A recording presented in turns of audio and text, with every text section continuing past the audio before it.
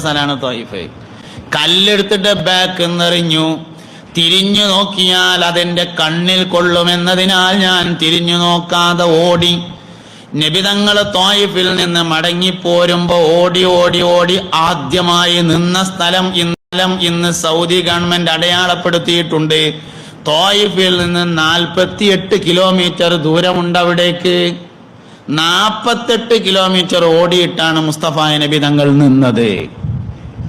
48 kilometre ഓടിയിട്ടാണ് നിന്നത്. ആയിഷ, എന്റെ ജീവിതത്തിലെ ഏറ്റവും വിഷമമുള്ള രംഗം ത്വായിഫിൽ നിന്നുള്ള മടക്കയാത്രയാണ് ആയിഷ. ഹബീബുന റസൂലുള്ളാഹി എന്നിട്ട് പറഞ്ഞു, ഇങ്ങനെയൊക്കെ ആയിട്ടും പറഞ്ഞു, എനിക്ക് നാളെ അന്ത്യനാളിൽ ശഫാഅത്തിന് അനുമതി കിട്ടിയാൽ മക്കയിൽ നിന്ന് വിശ്വസിച്ചവർക്കും ത്വായിഫിൽ നിന്ന് വിശ്വസിച്ചവർക്കും ഞാൻ ആദ്യമായി ശഫാഅത്ത് ചെയ്യുമെന്ന് ഹബീബുന റസൂലുള്ളാഹി സല്ലല്ലാഹു അലൈഹി വസല്ലം. ഞമ്മക്ക് ആരോടെങ്കിലും ദേഷ്യം ഉണ്ടെങ്കിൽ ചത്തുപോട്ടെ എന്നാ പറയാം നമ്മള്.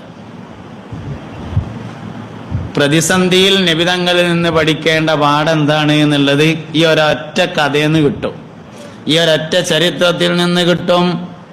ബഹുമാനപ്പെട്ട ഇമാം ഷാറാനി റളിയല്ലാഹു അൻഹു പറഞ്ഞിട്ടുണ്ട്, നീ ഒരിക്കലൊരു വാഹനത്തിൽ ഇങ്ങനെ യാത്ര ചെയ്തുകൊണ്ടിരിക്കുമ്പോ നിന്റെ മനസ്സിലേറ്റവും ശത്രുതയുള്ള ആൾക്ക് എന്തെങ്കിലും ഒരു അപകടം പറ്റിയിട്ടുണ്ടെന്ന് നീ കേട്ടു. എന്നാൽ നിന്റെ വാഹനം ഒരു സൈഡിലേക്ക് ഒതുക്കിയിട്ടിട്ട് നിന്റെ ശത്രുവിന് വേണ്ടി ഒരു ഫാത്തിഹ ഓതി ദുആ ചെയ്തതിന് ശേഷം മാത്രമേ നിനക്ക് നിന്റെ വാഹനം മുന്നോട്ടെടുക്കാൻ കഴിഞ്ഞതുള്ളൂ എങ്കിൽ അള്ളാഹുവിന്റെ റഹ്മത്ത് നിന്റെ ഖൽബിലേക്ക് വരുന്നുണ്ടെന്ന് നിനക്ക് മനസ്സിലാക്കാം. നബി സല്ലല്ലാഹു അലൈഹി വസല്ലം തങ്ങളുടെയും സഹാബത്തിന്റെയും പ്രതിസന്ധി തുലനം ചെയ്തു നോക്കുമ്പോൾ നമ്മളൊരു പ്രതിസന്ധി അഭിമുഖീകരിക്കണില്ല.